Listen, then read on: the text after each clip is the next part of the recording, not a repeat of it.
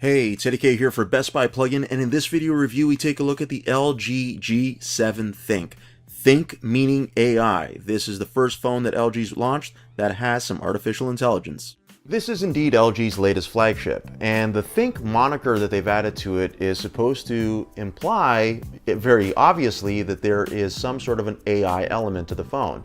Now there is, but not as much as you would think, and we're going to go into all those details. The first thing I want to note is that there is not a lot that is drastically different about the G7 compared to the V30. So there is a bigger difference maybe with the G6, but LG's kind of now juggling two flagship lines with the G and the V lines.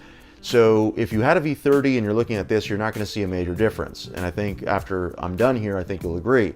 If you have a G6 and you're thinking of a newer phone, you may want to be careful about whether you go with this or you go with the V30 or even wait until we get a new V series phone later this year. So here's some of the standouts. Okay, so we have a dedicated button here on the side for Google Assistant. So you just press that and Google Assistant pops up, and that's it. So that's all it's actually for. There's no other thing you can do with that button. You can't map it to do anything else. You can't set it to do anything else. But you can use it for Google Assistant, not just to launch it, but also to keep talking to it. So if you keep holding the button down, you can talk to it. Now, if I double click it, then it'll open Google Lens. So Google Lens is that augmented reality service or feature that works with phones, cameras that support the feature.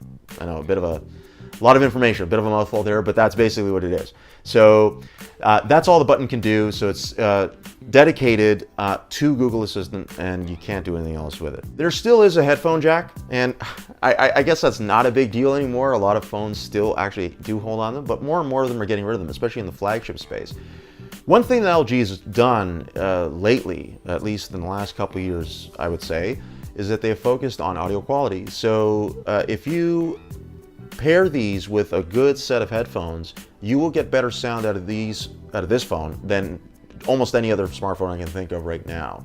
There are a couple that do come to mind that can compete, but if you're thinking of the big ones like the Apples and the Samsungs of this world, the LG will actually outperform them as far as audio goes. The reason why is because there are a number of audio features that are built in, not to mention that there's better amplification in the headphone jack than typically what is offered elsewhere. Of course, the audio element does include better microphone capability, so the ability to record better audio when you're shooting video or you're recording like a lecture or an interview.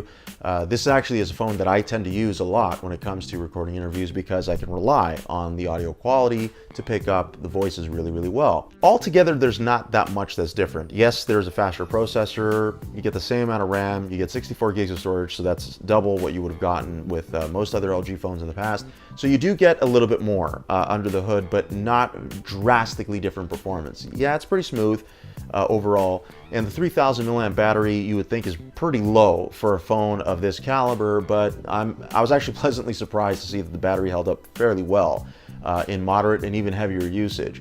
It's not going to be as good as some of the other phones out there that have bigger batteries and really good or efficient battery sippage.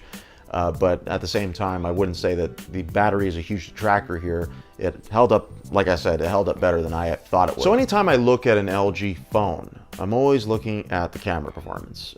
Back in 2015, I thought the G4 was the best camera of any smartphone that year. That was a huge leap forward for LG. They've made some smaller leaps in that time. This is not one of them. I didn't find that this phone took that much of a step forward compared to the G6 or even especially the V30. Some things have been cut out, so some of the extraneous kind of stuff and features have been cut out, so the camera's a little bit more narrowly focused, which I think is okay. You do get HDR shooting as well when it comes to video, which is very cool. The only issue there is that if you're looking to play back those files, make sure that your computer can support the file formats or that the software you're using supports it, because otherwise you can't really share that stuff otherwise. Now, moving on, the performance here is interesting. You have a super bright mode, so if you're in a night or a low light situation and you need to brighten it, the super bright mode will come into effect and will illuminate everything. It works pretty well. It's not bad, but it's not as good as I would say the Huawei P20 Pro was at doing the same thing. Part of the reason for that is because you have a 16 megapixel sensor in here, which is great, okay, you know, and you have wide aperture and all that, but you don't have a camera with an even larger image sensor. If there was one, then I think you'd have an easier time not just shooting in that way, but also getting better images out of it. Again, the reason for that is because to get the low light shots, the 16 megapixels is whittled down to 4 to make the pixels larger so that more light comes in. That's all well and good. The issue then is that you can't do much with the image beyond that. If you zoom in, you'll start to notice the artifacts. Now, despite all that, the camera is very good. I say this all the time, definitely learn to use the manual mode. Manual mode will always give you better performance, I think, well, better output, I should say, especially when you fiddle around with the features. Unfortunately, LG doesn't promote it, I think, as much as they should, because ultimately that, I think, is what has made LG's phone cameras, you know, really strong competitors over the years. Now, to touch on the AI part of the equation here, the AI actually refers more to the camera than it does to anything else. So when you use the AI cam mode in the camera, it's supposed to show, you know, things start popping up, right, of what it could shoot.